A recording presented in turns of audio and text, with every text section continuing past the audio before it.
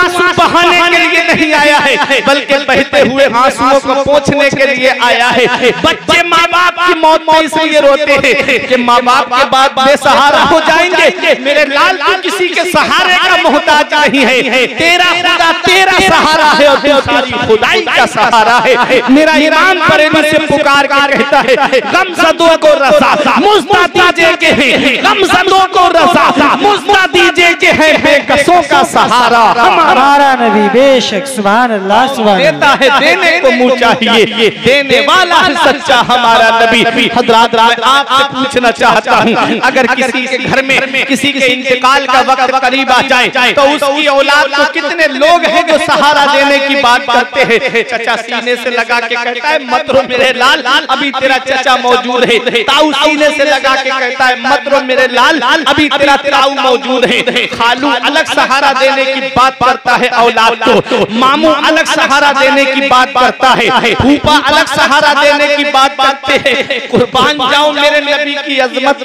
पर 6 साल की उम्र है, माँ का साया सर से उठने वाला है। बाप का साया तो तब सर से उठ गया जब नबी माँ के शिकम में थे। 6 साल के हुए तो माँ का साया भी सर से उठ गया, 8 साल के हुए तो दादा का साया भी सर से उठ गया। मेरे नबी के, मेरे नबी रहमत की अजमत और शान पे कुर्बान जाऊं। खुदाई हैरान है मेरे मौला, जिसे तूने सारे जहान के लिए रहमत बना करके भेजा, जिसे तूने सारे जहान के लिए नबी बना करके भेजा, जिसे तूने सारे जहान के लिए रसूल बना करके भेजा, उसके साथ में ऐसा मामला, माँ के शिकम में है, बाप का साया उठ गया। 6 साल के हुए माँ का साया सर से उठ गया, 8 साल के हुए दादा का साया सर से उठ गया। मौला इन मामलात को हम नहीं समझ पाए, रब की रहमतों ने जवाब दिया, हमारी रहमत के करिश्मात को तुम क्या जानो। अगर इनका बाप जिंदा होता, अगर इनकी माँ जिंदा होती, अगर इनका दादा जिंदा होता, जब ये इस्लाम का परचम बुलंद करते, बाप कहता बेटे मेरे दबदबे के साए में तूने इस्लाम का परचम बुलंद किया है। माँ कहती बेटा तूने मेरी ममता के साए में इस्लाम का झंडा लहराया है। दादा कहता बेटा तूने मेरी सिफत और दबदबे के साए में इस्लाम का परचम बुलंद किया है। परवरदिगारे आलम ने वो तमाम साए पहले ही उठा लिए ताकि दुनिया देख ले, जिसे मैंने अपना महबूब बनाया है उसे किसी के सहारे की जरूरत नहीं है, उसका खुदा उसका सहारा है और वो सारी खुदाई का सहारा है। मदीने वाले मुस्तफा इरशाद फरमाते हैं, मेरे सहाबा मुझे मेरी माँ की याद आ रही है। माँ के वो आखिरी जुमले याद आ रहे हैं। क्या कहा था हजरत आमिना ने मेरे नबी से कि मेरा जिक्र कभी खत्म नहीं होगा, मेरा चर्चा कभी खत्म नहीं होगा, इसलिए कि तुम्हारे जैसा पाकीज़ा बेटा छोड़ के जा रहे हैं। तुम्हारा चर्चा मशरिक से लेके मगरिब तक, शिमाल से लेके जुनूब तक होगा। मदीने वाले मुस्तफा कहते हैं मेरी माँ के वो जुमले मुझको याद आ रहे हैं। आज मेरी माँ होती तो देखती अल्लाह ने उसके बेटे को क्या शान अता की है, अल्लाह ने उसके बेटे को क्या रुतबे अता किए हैं, क्या मर्तबे अता किए हैं। आज वो शान है मेरे नबी की कि जिब्राइल भी बगैर इजाजत के दाखिल नहीं होते हैं। मदीने वाले मुस्तफा को अल्लाह ने वो शान अता फरमाई कि दोनों आलम का मालिक मुख्तार मदीने वाले मुस्तफा को बना दिया। अल्लाह अकबर। आओ जरा देखो, नबी फरमाते मैं ईशा की नमाज पढ़ा रहा होता और मेरी माँ पर्दे की आड़ से मुझे आवाज देती, बेटे मोहम्मद मेरी बात सुनो। नबी फरमाते मेरे सहाबा मैं नमाज छोड़ करके अपनी माँ की बात सुनने चला जाता। सोचो माँ का मकाम क्या है, सोचो माँ बाप का मर्तबा क्या है, सोचो माँ बाप की शान क्या है, सोचो माँ बाप का मर्तबा और रुतबा क्या है। ये मदीने वाले मुस्तफा हमें पैगाम दे रहे हैं कि माँ बाप की रजा में अल्लाह की रजा है, माँ बाप की नाराजगी में अल्लाह की नाराजगी है। और माँ के ताल्लुक से नबी फरमाते हैं अल जन्नतो तहता अक़दामी उम्महातिकुम, जन्नत तुम्हारी माओ के कदमों के नीचे है। जन्नत है कहाँ? कुरान पैगाम देता है इंदा सिदरतुल मुंतहा, जन्नत सिदरतुल मुंतहा के पास है। जहाँ सिदरतुल मुंतहा, जहाँ जिब्राइल अलैहिस्सलाम का घर है, जहाँ जिब्राइल अलैहिस्सलाम अलैहिस्सलाम रहते हैं, वहीं जिब्राइल जहाँ सिदरा है उसी के ठीक सामने जन्नत का पहला दरवाजा है। अब मुझे बताओ, जो सातों आसमानों के ऊपर है, उस माँ के कदमों के नीचे लाके रब ने रख दिया कि माँ के कदमों के नीचे जन्नत है। इसका मतलब क्या है? मतलब ये है कि माँ बाप की फरमाबरदारी में जन्नत है, माँ बाप की खिदमत करने में जन्नत है। अल्लाह ताला जन्नत अता फरमाएगा। तो मेरे अजीजों, ये ईसाले सवाब के ताल्लुक से महफिल को रखा गया है। तो माँ बाप के हुकूक में से एक हक ये भी औलाद के ऊपर कि अगर उनका इंतकाल हो जाए तो उनके लिए बख्शिश की दुआ करती रहे, मग़फ़िरत की दुआ करती रहे, उनके लिए औलाद ईसाले सवाब करती रहे। लेकिन आज देखा जाता है, आज हर काम के लिए हमारे पास वक्त है। मेरी कौम का नौजवान घंटों बैठ के मोबाइल चला लेगा, लेकिन 10 मिनट लगेंगे सूरह यासीन शरीफ पढ़ने में, उसको पढ़कर के अपने माँ बाप के लिए ईसाले सवाब नहीं कर सकता। मेरे अजीजों, मैं आपसे ये पूछना चाहता हूँ कि ईसाले सवाब के ताल्लुक से मैं आपको एक हदीसे पाक सुनाता हूँ।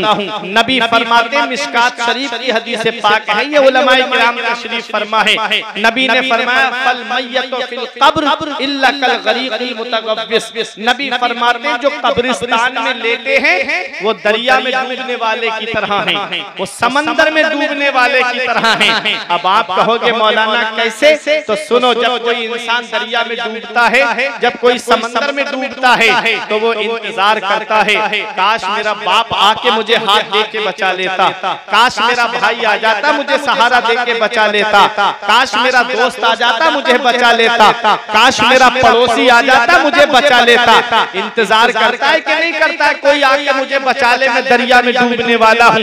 नबी फरमाते हैं, फल मय्यतु फिल कब्र, जो कब्रिस्तान में लेटे हैं, इल्ला कल गरीक़िल मुतगव्विस, दरिया में डूबने वाले की तरह हैं, समंदर में डूबने वाले की तरह हैं। यंतज़िरूना दावतन, इंतजार करते हैं दुआ का, तलहक़ुहु मिन अबिन और उम्मिन और अखिन और सदीक़िन। नबी फरमाते हैं, जो कब्रिस्तान में लेटे हैं वो दरिया में डूबने वाले की तरह हैं, इंतजार करते हैं, दुआ का इंतजार करते हैं, ईसाले सवाब का इंतजार करते हैं।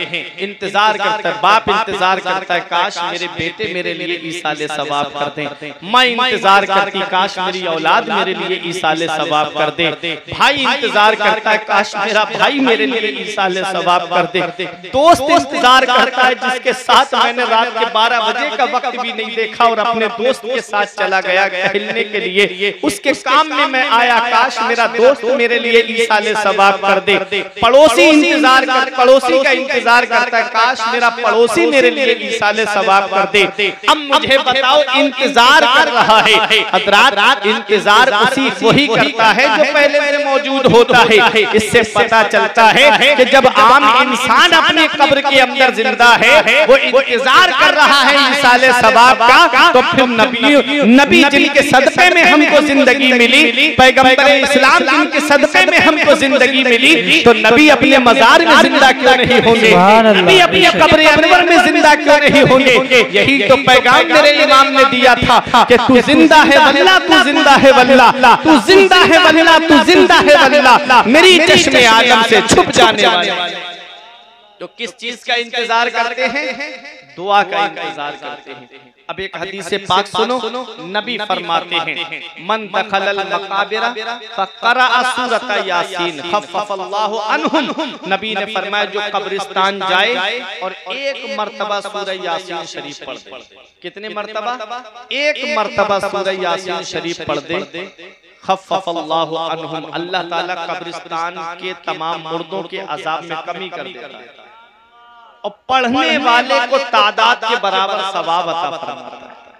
आप मुझे बता सकते हो, पुराने से पुराने बुजुर्ग को आप मेरे पास लेके आए जिसकी उम्र सबसे ज्यादा हो, और मैं उससे पूछूंगा कि तुम मुझे ये बता सकते हो कि पठाननपुरवा के कब्रिस्तान में कितने मुर्दे दफन हैं? क्या कोई उनकी गिनती बता सकता है? कब से दफन होते आ रहे हैं और कितने हैं, हम तो उनकी गिनती नहीं बता सकते। तो मेरे अजीजों, हदीस पाक कहती है, नबी फरमाते हैं एक मर्तबा सूरह यासीन शरीफ जो पढ़ के अपने मरहूमीन के लिए ईसाले सवाब कर दे तो अल्लाह उनके अजाब में कमी कर देता है और पढ़ने वाले को तादाद के बराबर सवाब अता फरमाता है। सूरह यासीन शरीफ में कितना वक्त लगेगा?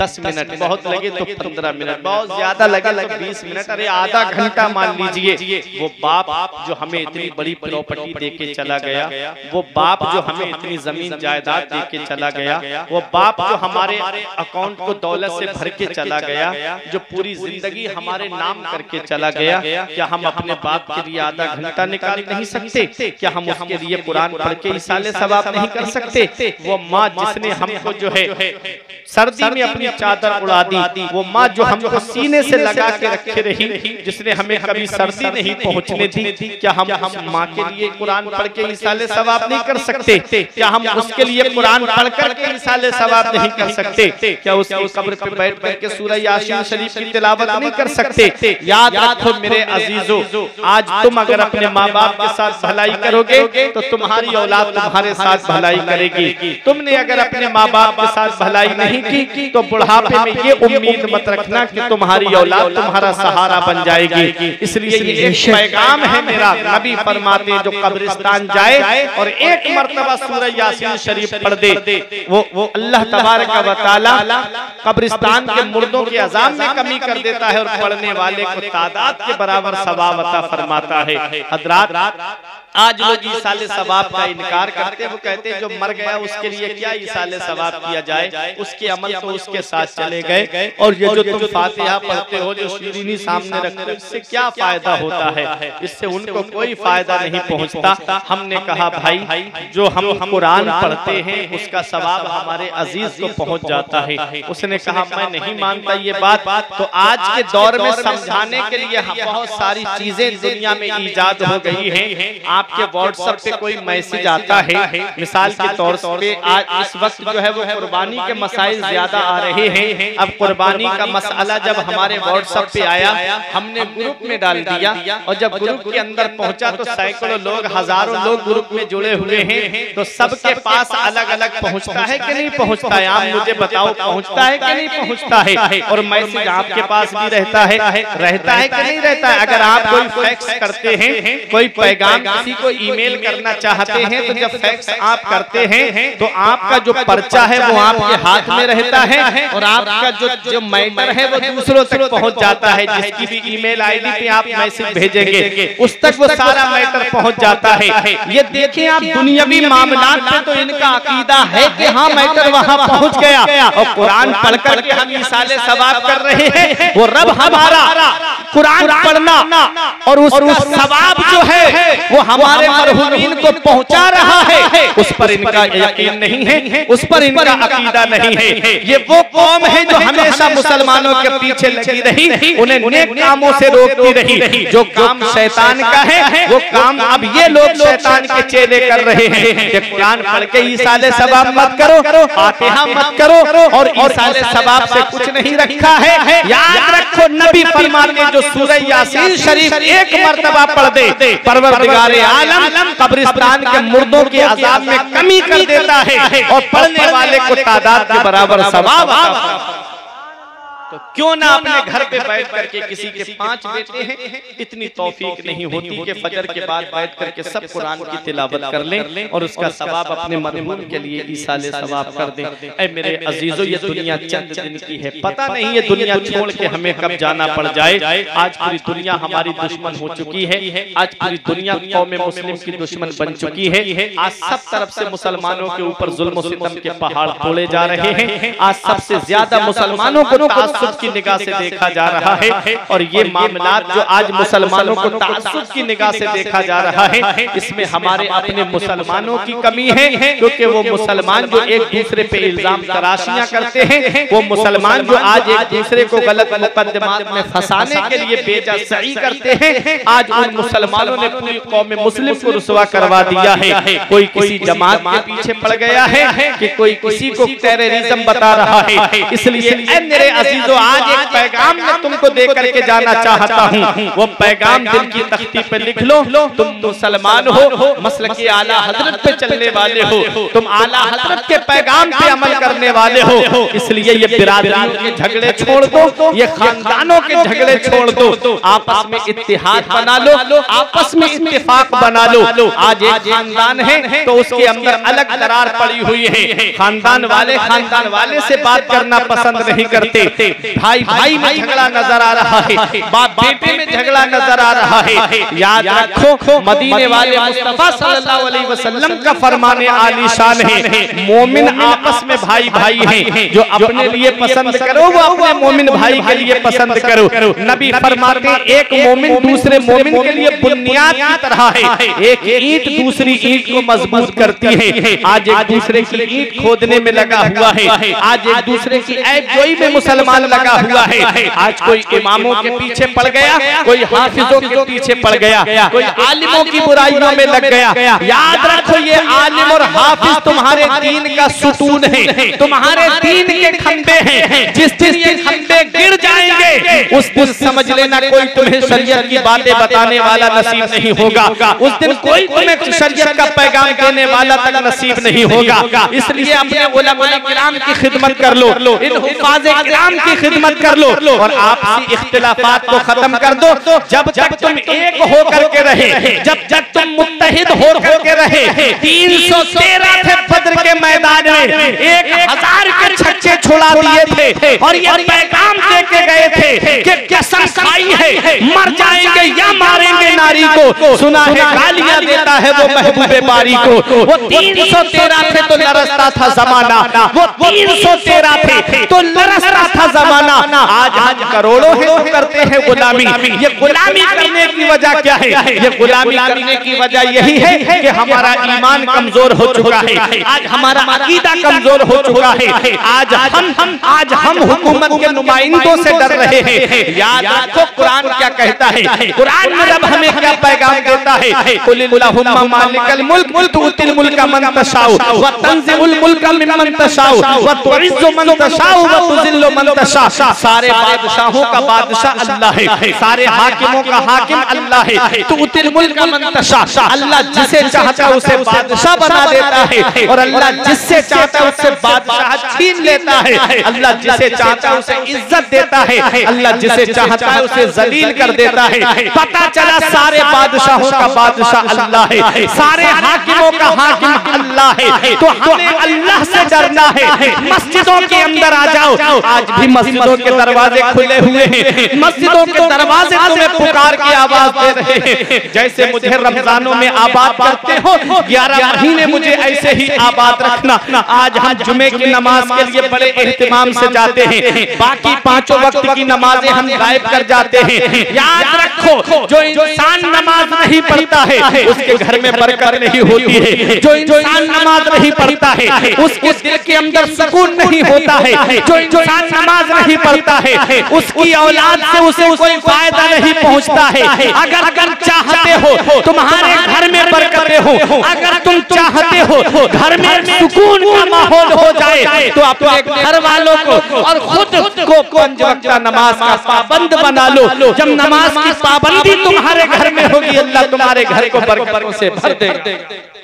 इसलिए मेरे अजीजों आ जाओ मस्जिदों की तरफ, आपसी इख्तिलाफात को खत्म कर दो और आला हजरत अजीमुल बरकत के फरामीन पे अमल करके दुनिया वालों को ये बता दो कि हम अहले सुन्नत वल जमात हैं। अपने आपसी झगड़े जो खानदानी झगड़े होते हैं, जो जमीन जायदाद के झगड़े होते हैं, जो बंटवारे के झगड़े होते हैं, उन्हें खत्म कर दो और ये सोचो कि हमें एक दिन दुनिया से जाना है, ये जमीन यही रह जाएगी, ये घर बार यही रह जाएगा। हमें अपने रब की बारगाह में जाना है, वहाँ जवाब देना है। अपने आमाल की पेशी का हमें जवाब देना है। जो हमारे नामे आमाल में फरिश्तों ने लिखा है वो हमारे सामने होगा। कुरान कहता है वमन यामल मिस्काल ज़र्रतिन खैरन यरा वमन यामल मिस्काल ज़र्रतिन शर्रन यरा। हल्की से हल्की नेकी भी अगर तुमने दुनिया में करी है तो वो भी कयामत में देखोगे, और छोटे से छोटा गुनाह अगर तुमने दुनिया में किया है तो उसे भी तुम कयामत में देखोगे। 15वें पारे में रब ने फरमाया इकरा किताब का, पढ़ ले अपनी किताब, पढ़ ले अपना नाम आमाल। अल्लाह फरमाता है हमने हर एक का नाम आमाल उसकी गर्दन में लटका दिया है। कयामत के दिन निकालेंगे खुली हुई किताब की तरह, उसे खुली हुई किताब की तरह नाम आमाल को सामने रख दिया जाएगा। इकरा किताब का, रब फरमाएगा पढ़ ले अपनी किताब, अपना नाम आमाल पढ़ ले। आज तेरे लिए ये कयामत के दिन जो है तेरा हिसाब ही तेरे लिए काफी है। अल्लाह अकबर। आला हजरत पुकार के कहते हैं उनको रहम आए तो आए, वरना वो कड़ी मार है क्या होना है। छुपके लोगों से किए जिसके गुनाह, वो खबरदार है क्या होना है। हमने कब्र की काली कोठरी को भुला दिया, हमने कब्रिस्तान, कभी कब्रिस्तान में जाकर के सैर कर लिया। ये जो बरसात का महीना चल रहा है ना, ये बरसात के महीने में कब्रिस्तान में जाके घूम लिया करो। कब्रिस्तान में वो लोग भी लेटे हुए हैं, वो लोग भी लेटे हुए। जब बिजली कड़कती थी तो तुमको अपने सीने से लगा लिया करते थे। वो भी कब्रिस्तान में लेटे हुए। कभी चले जाया करो कब्रिस्तान में, कभी देख लिया करो कब्रिस्तान में लेटे हुए लोग कैसे कब्र में लेटे लेटे तमन्ना करते, कहते मौला एक बार दुनिया में भेज दे, कभी सजदे से सर नहीं उठाएंगे, पूरी जिंदगी तेरी इबादत करते रहेंगे। तुम्हारे पास तो जिंदगी है, तुम्हारे पास तो अभी हाथों में जान है, पैरों में ताकत है। तुम तो आ जाओ अपने रब की इबादत की तरफ, तुम तो आ जाओ मस्जिदों की तरफ, आ जाओ अपने रब की इबादत कर लो। मरने के बाद वापसी का कोई चांस नहीं, मरने के बाद इंसान वापस नहीं आता है। ये जो दुनिया से चला गया उसे कभी वापस नहीं आना है। इसलिए ऐ मेरे अजीजों, अभी जिंदगी मौजूद है, जिंदगी की सांसें मौजूद हैं। ये कब्रिस्तान, ये कब्र की मिट्टी इंसान को रोजाना पुकार के कहती है, ये जमीन इंसान को रोजाना पुकार के कहती है ऐ मेरे ऊपर अकल के पैर रखने वाले, ऐ मेरे ऊपर तेज गाड़ियां दौड़ाने वाले, ऐ मेरे ऊपर मोटरसाइकिलें तेज चलाने वाले, याद रख एक दिन मेरे अंदर आएगा। मैं कीड़े मकोड़ों का घर हूँ, मैं तन्हाई का घर हूँ, मैं वहशत का घर हूँ, मैं कीड़े मकोड़ों का घर हूँ। आज हमारे घर में लाइट चली जाए हम परेशान हो जाते हैं, आज अंधेरा हो जाए। मैं एक दिन अपने घर पे बैठा हुआ था, मगरिब और इशा के दरमियान का मामला था, अचानक से लाइट चली गई, अंधेरा हो गया, तन्हाई हो गई, मैं डर गया। फिर मेरे दिल में इंसान होने के एतबार से डर महसूस हुआ। मैंने कहा फुरकान, यहाँ तेरे माँ बाप भी बैठे हैं, तेरे भाई भी बैठे हैं, अभी आवाज देगा माँ बाप मदद को आ जाएंगे, तेरे भाई मदद को आ जाएंगे। जरा कब्र की काली कोठरी को तो याद कर, जहाँ घर वाले मनो मिट्टी के नीचे दफन करके आ जाएंगे, जहाँ तख्ते लगा करके मिट्टी डाल करके सब घर वाले वापस आ जाएंगे। वहाँ कौन होगा जो काली कोठरी में तेरे काम आएगा? वहाँ कौन होगा जो अंधेरी कब्र में तेरे काम आएगा? तन्हाई कब्र की तारीकी को याद करके दिल में एकदम सा डर महसूस हुआ। आला हज़रत अज़ीमुल बरकत पुकार के कहते, अंधेरा घर अकेली जान दम घुटता दिल उगता था, अंधेरा घर अकेली जान दम घुटता दिल उगता था। खुदा को याद कर प्यारे, वो साथ आने वाली है, उतरते चांद ढलती चांदनी जो हो सके कर ले, अंधेरा पाक आता है, ये 2 दिन की उजाली है। मेरे अजीजों, ये जवानी है तुम्हारे पास में, ये जिंदगी है तुम्हारे पास में, तो क्यों ना अपने रब की इबादत करके, अपने रब की बारगाह में सजदे करके जिंदगी को गुजार दो। तुम्हारा रब तुमसे राजी हो गया, तुम्हारा कोई कुछ नहीं कर पाएगा। रब राजी तो सब राजी। ये आज जो मुसलमानों की परेशानियों के पहाड़ तोड़े जा रहे हैं, इस बात का सबूत है कि हमारा रब हमसे राजी हो गया है। एक साहब मुझसे बोले, मौलाना साहब गर्मी बहुत पड़ रही है। मैंने कहा शुक्र अदा करो अल्लाह का कि गर्मी पड़ रही है, वरना आमाल तो मुसलमानों के वो है कि आसमान से आग की बारिश की जाए, तब भी इंसान के आमाल ऐसे हैं कि आसमान से आग की बारिश हो। मेरे अजीजों, याद रखो आज हमारे आमाल इतने बद से बदतर हो गए हैं कि आज हमारे नामे अमाल में कोई नेकी नहीं है। आज गुनाहों पे गुनाह हम किए जा रहे हैं और हमें कोई एहसास नहीं होता।